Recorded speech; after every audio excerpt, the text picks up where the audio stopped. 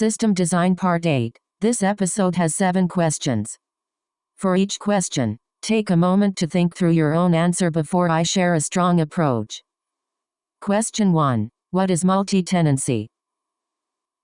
Here's a strong way to approach it.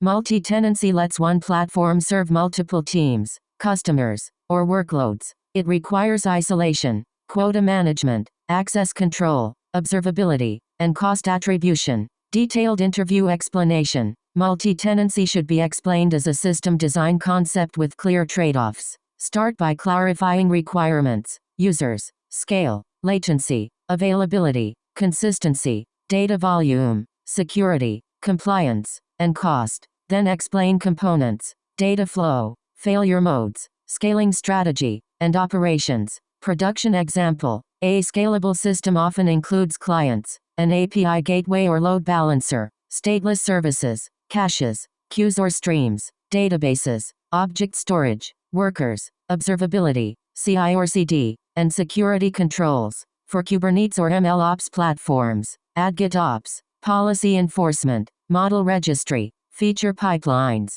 autoscaling, and tenant isolation. Best practices to mention. Scale stateless services horizontally behind load balancers. Use caching, queues, partitioning, and replication for performance and resilience. Define consistency needs before choosing database and replication patterns. Reduce blast radius with isolation, rate limits, circuit breakers, and progressive rollout. Include observability, slows, disaster recovery, and cost governance. Common interview follow-ups. Expect questions about CAP theorem, cache invalidation, database sharding, queue back pressure, multi-region failover, idempotency, API versioning, rate limiting, and how you would operate the system after launch.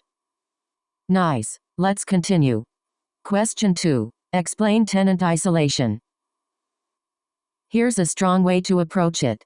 Tenant isolation prevents one tenant from accessing or affecting another tenant's data, resources, or performance. It can be enforced at network, identity, data, compute, and application layers. Detailed interview explanation. Tenant isolation should be explained as a system design concept with clear trade-offs. Start by clarifying requirements, users, scale, latency, availability, consistency, data volume, security, compliance, and cost. Then explain components, data flow, failure modes, scaling strategy, and operations. Production example. A scalable system often includes clients, an API gateway or load balancer, stateless services, caches, queues or streams, databases, object storage, workers, observability, CI or CD, and security controls. For Kubernetes or MLOps platforms, add GitOps, policy enforcement, model registry, feature pipelines, autoscaling, and tenant isolation. Best practices to mention. Scale stateless services horizontally behind load balancers. Use caching, queues, partitioning, and replication for performance and resilience. Define consistency needs before choosing database and replication patterns. Reduce blast radius with isolation, rate limits, circuit breakers, and progressive rollout. Include observability, slows, disaster recovery, and cost governance. Common interview follow-ups. Expect questions about CAP theorem, cache invalidation, database sharding, queue back pressure, multi-region failover, idempotency, API versioning, rate limiting, and how you would operate the system after launch. Great. Moving on. Question 3. What is cloud-native architecture? Here's a strong way to approach it. Cloud-native architecture uses containers, managed services, automation, APIs, scalability, observability, and resilience patterns. It is designed for rapid change and reliable operation in cloud environments. Detailed interview explanation. Cloud-native architecture should be explained as a system design concept with clear trade-offs. Start by clarifying requirements, users, scale, latency, availability, consistency, data volume, security, compliance, and cost. Then explain components, data flow, failure modes, scaling strategy, and operations. Production example. A scalable system often includes clients, an API gateway or load balancer, stateless services, caches, queues or streams, databases, object storage, workers, observability, CI/CD, and security controls. For Kubernetes or MLOps platforms, add GitOps, policy enforcement, model registry, feature pipelines, autoscaling, and tenant isolation. Best practices to mention: scale stateless services horizontally behind load balancers, use caching, queues, partitioning, and replication for performance and resilience. Define consistency needs before choosing database and replication patterns. Reduce blast radius with isolation, rate limits, circuit breakers, and progressive rollout. Include observability, slows, disaster recovery, and cost governance. Common interview follow-ups. Expect questions about CAP theorem, cache invalidation, database sharding, queue back pressure, multi-region failover, idempotency, API versioning, rate limiting, and how you would operate the system after launch. Alright, next question. Question 4. Explain event sourcing. Here's a strong way to approach it. Event sourcing stores state changes as a sequence of events rather than only the current state. It improves auditability and replay capability but adds complexity in querying and evolution. Detailed interview explanation. Event sourcing should be explained as a system design concept with clear trade-offs. Start by clarifying requirements: users, scale, latency, availability, consistency, data volume, security, compliance, and cost. Then explain components, data flow, failure modes, scaling strategy, and operations. Production example: a scalable system often includes clients, an API gateway or load balancer, stateless services, caches, queues or streams, databases, object storage, workers, observability, CI/CD, and security controls. For Kubernetes or MLOps platforms, add GitOps, policy enforcement, model registry, feature pipelines, autoscaling, and tenant isolation. Best practices to mention: scale stateless services horizontally behind load balancers, use caching, queues, partitioning, and replication for performance and resilience. Define consistency needs before choosing database and replication patterns. Reduce blast radius with isolation, rate limits, circuit breakers, and progressive rollout. Include observability, slows, disaster recovery, and cost governance. Common interview follow-ups. Expect questions about CAP theorem, cache invalidation, database sharding, queue back pressure, multi-region failover, idempotency, API versioning, rate limiting, and how you would operate the system after launch. Let's keep going. Question 5. What is CQRS? Here's a strong way to approach it.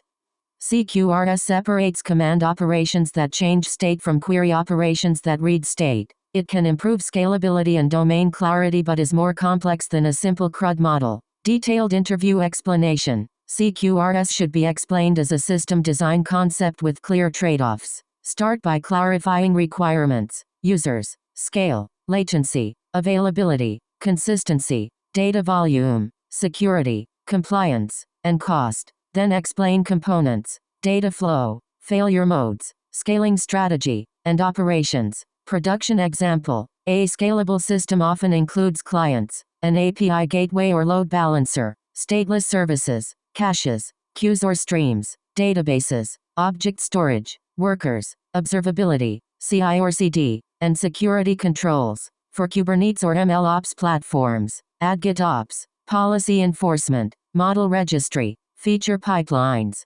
autoscaling, and tenant isolation. Best practices to mention: scale stateless services horizontally behind load balancers, use caching, queues, partitioning, and replication for performance and resilience. Define consistency needs before choosing database and replication patterns. Reduce blast radius with isolation, rate limits, circuit breakers, and progressive rollout. Include observability, slows, disaster recovery, and cost governance. Common interview follow-ups. Expect questions about CAP theorem, cache invalidation, database sharding, queue back pressure, multi-region failover, idempotency, API versioning, rate limiting, and how you would operate the system after launch.